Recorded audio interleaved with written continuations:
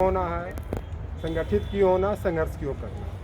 पहली चीज़ तो शिक्षित होइएगा तो आप अपने बारे में जानिएगा कि मेरा क्या अधिकार है। दूसरी बात इसमें ये हो कि आप शिक्षित होइएगा तो आपको अच्छी नौकरी मिलेगी।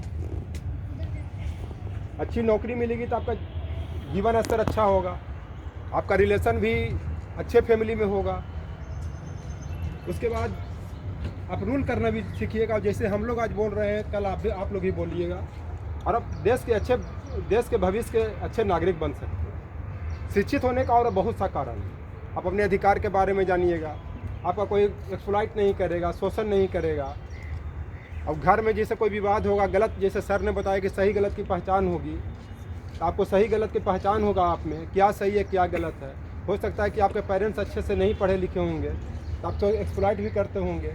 आप पढ़ना चाहती है लेकिन वो पढ़ने नहीं देते होंगे, पहले ये काम कर दो, पहले ये काम कर दो। अभी कोई 25 जुबैदा हैं, इनका एडमिशन नहीं हुआ, हो सकता है कि इनसे घर में काम करवाया जाता होगा। बहुत तरह तरह के एक्सप्लॉइट किया जाता है। इसके लिए पहले शिक्षित होना, शिक्षित होने के बाद पहले क्या, संगठित होना। संगठित क्यों होना है? एक कहावत है कि एक कोई चीज़ को अगर मान लिया जाए, एक अभी केला का ये थैला नहीं उठ रहा था मनोज जी से, तभी 2-3 मैं भी बोला कि सर मैं भी आपके साथ में लग जाता हूँ। तब क्या हुआ, केला यहाँ पहुँचा। अगर अकेले रहते तो नहीं आता, आने के दरमियान में गिरता तो खराब हो जाता कि नहीं। तो उसी तरह से हम लोग यहाँ पे संगठित हैं। पहली चीज़ तो कि शिक्षा में एक दूसरे को कोऑपरेट करना। जैसे हमारे कुणाल सर हैं, मौसम जी हैं, मनोज जी हैं, हनुमान कहे जाते हैं ज्ञान आधार सोसाइटी के। जैसे ज्ञान आधार सोसाइटी के राम है ये, जो सतीश जी आपके हैं, राम है हनुमान है। जहाँ भी पहाड़ उठाना, संजीवनी बूटी कहाँ से लाना, मनोज जी तैयार है। हम लोग तो पीछे से आते हैं, कभी कोई कार्यक्रम होता है। ये संगठन है। जैसे बिनू मैडम है और जो शेखर सर हैं, उसी तरह से आप संगठन में हैं। संगठन का मतलब है कि एक दूसरे के देख करके जलना नहीं, एक दूसरे के साथ भेदभाव नहीं करना। जैसे सर ने बताया कि हम बीएसएफ में, तो बीएसएफ संगठन है। जैसे उन्होंने बताया कि बॉर्डर पर कोई किसी की गोली लग जाती है, कि ये तो इनका काम है कि जो भी बॉर्डर पर घायल होंगे उनको हमको इलाज करना है, जिंदा रखना। यहाँ तक कि भारतीय संविधान या भारत में इतना उदार है कि अगर दूसरे देश के सैनिक भी घायल हो जाते होंगे तो शायद सर उनका भी इलाज करते हैं। ये भाई, लेकिन अगर पाकिस्तान का तरफ कोई इंडियन कोई आर्मी जाता है तो उसको मार दिया जाता है। हमारा संगठन भी एकदम स्वच्छ होना चाहिए। उसके बाद द्वेष भावना से नहीं होना चाहिए, निर्दोष होनी चाहिए। और संगठन का एक फायदा ये भी है कि जब हम लोग संगठित रहेंगे तो हम लोग आपस में ताकतवर महसूस करते हैं कि नहीं। जैसे परिवार भी एक संगठन है, स्कूल भी एक संगठन है। यहाँ पे मान लिया आप लोग कभी कभी अंत्याक्षरी खेलते होंगे तो दो ग्रुप में बैठते होंगे तो संगठन होता है कि नहीं। जब जीत होती है तो कितना खुशी होती है ना। उसी तरह से संगठित होने का मतलब ये है कि हम लोग संगठित होकर के ज्ञान आधार एनजीओ का नाम इतना रोशन करना है, शिक्षा में इतना आगे जाना है कि दिल्ली में जो भी आप जिस स्कूल में पढ़ रहे हैं या कॉन्वेंट स्कूल के बच्चे हैं या कहीं के, उससे बढ़िया करना। टैलेंट और परफॉर्मेंस किसी का गिरवी नहीं रखा जाता। माने आपका जो नॉलेज है ये गिरवी नहीं रख दिए कि आपको यहाँ गिरवी रख सकते हैं। यही दो चीज़ें किससे आगे बढ़ सकते हैं। अब आगे संघर्ष की बात।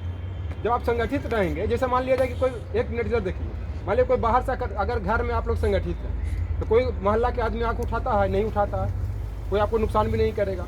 उसी तरह ज्ञान आधार एनजीओ के अंतर्गत यहाँ पे हम लोग संगठित रहेंगे तो संघर्ष करने में मजा आता है। यानी कोई बाहरी ताकत हम लोग पर आक्रमण नहीं कर सकता। मान लिया जाए कि कोई बाहर से आता है, यहाँ क्यों पढ़ रहे हो, यहाँ से निकालो। तो अगर आप लोग विरोध कीजिएगा, और सब लोग को मिलकर विरोध भी करना चाहिए, तो क्वेश्चन उठाइएगा, शिक्षित रहिएगा। तो क्यों बाहर जाऊँगा, ये तो तुम्हारा घर नहीं है। उसी तरह से संघर्ष तभी करेंगे। संघर्ष में क्या होगा, शिक्षा बहुत महत्वपूर्ण है।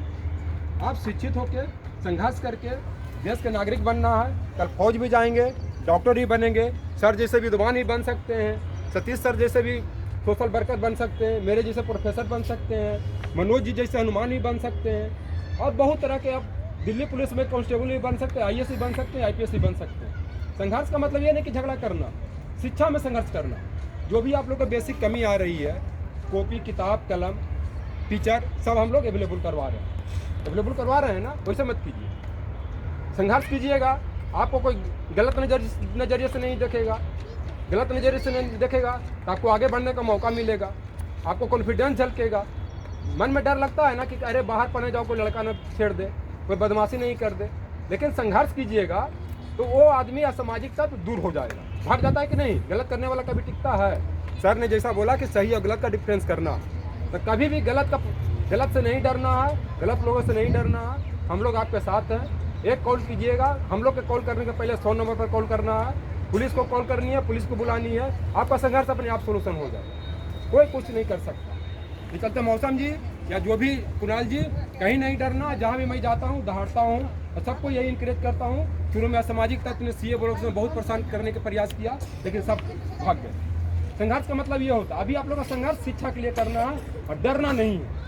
अच्छा, लेकिन अच्छा काम के लिए, गलत काम के लिए मैं नहीं कर रहा हूँ कि गलत काम के लिए संघर्ष कर रहे हैं। ये सब आपको सब संविधान में समानता का अधिकार, स्वतंत्रता का अधिकार, शोषण के विरुद्ध अधिकार, धार्मिक स्वतंत्रता का अधिकार और सबसे बड़ा अधिकार आर्टिकल 32 होता है जिसको संवैधानिक उपचार कहते हैं। इसके लिए आपको लॉयर भी फ्री में दिया जाता है। अब बच्चा महिलाओं के लिए कहीं कुछ नहीं, सब जगह फ्री है।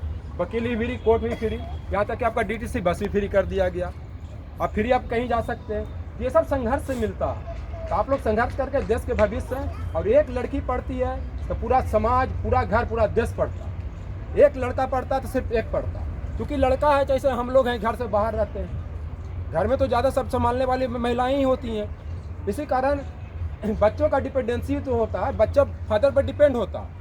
कारण कि बच्चे फादर जो उसका बाहर का सब उपलब्ध करवाते हैं, मनोज जी हैं जैसे शहर हैं, चाहे मैं ही क्यों नहीं है। और मदर जो रहती है घर में रहती है, बच्चा का इमोशनल अटैचमेंट मदर के साथ होता है। इसी का कारण कहा जाता है मातृभाषा। मातृभाषा हम लोग का क्या है? हिंदी है।